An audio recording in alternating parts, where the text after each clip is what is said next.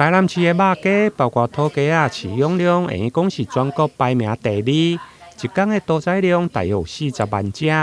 市府農業局為行銷國產在地的雞肉，19號上午邀集全國各地台南市的飼雞協會、防疫署以及畜牧場、各地屠宰場，共同為國產的雞肉來掛保證。我們現在國產雞肉都是從我們台南來生產的話，是在地，而且又可以溯源的。那我們的這個國產雞肉的話，它在生產的過程當中的話，有我們的飼養業者的把關，那中間還有我們的屠檢獸醫師的把關，後端還有包括我們屠宰場，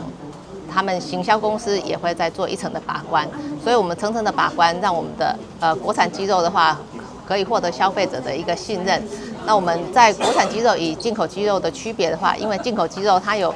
包括一段時間的運送過程當中，它相對的一些營養分會往下降。那在我們的一個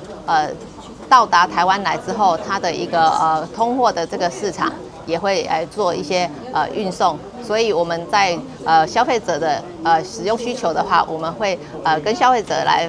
分析我們國產雞肉與進口雞肉的差別。那我們也希望我們消費者支持我們新鮮可以溯源，然後在地又低碳的這一個訴求，來多多選購我們的國產雞肉。業者表示，雞肉是提供國人優質的蛋白質重要來源之一，對生產端的管理，甲着牧場抽樣監測，